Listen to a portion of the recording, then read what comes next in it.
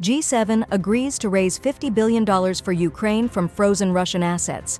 The G7 has agreed to use frozen Russian assets to raise $50 billion for Ukraine to bolster its fight against Russian forces, according to the Italian PM Giorgia Meloni. U.S. President Joe Biden emphasized the commitment to Ukraine. Despite the funds not being available until the end of the year, this initiative is viewed as a long-term solution for supporting Ukraine's war efforts and economy amid the ongoing conflict. At the G7 summit in Italy, Ukrainian President Volodymyr Zelenskyy and President Biden signed a 10-year bilateral security deal, ensuring U.S. military and training aid to Ukraine. The agreement, hailed as historic by Kyiv, does not commit the U.S. to sending troops, but underscores a solid partnership between Ukraine and the U.S., supporting Ukraine's defense.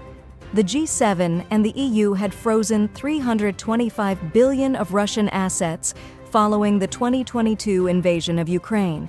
These assets generate about $3 billion annually in interest, which will be used to pay off the loan interest.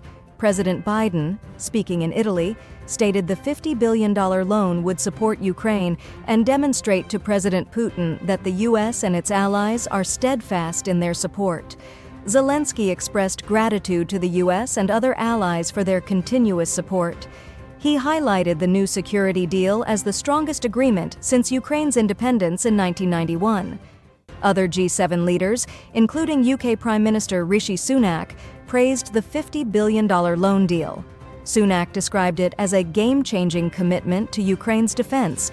Despite the symbolic significance of the loan, it is unlikely to immediately impact the war's course.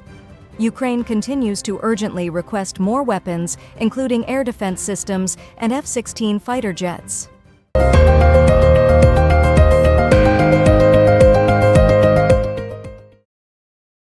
Subscribe our channel and hit the bell icon for instant breaking news alerts.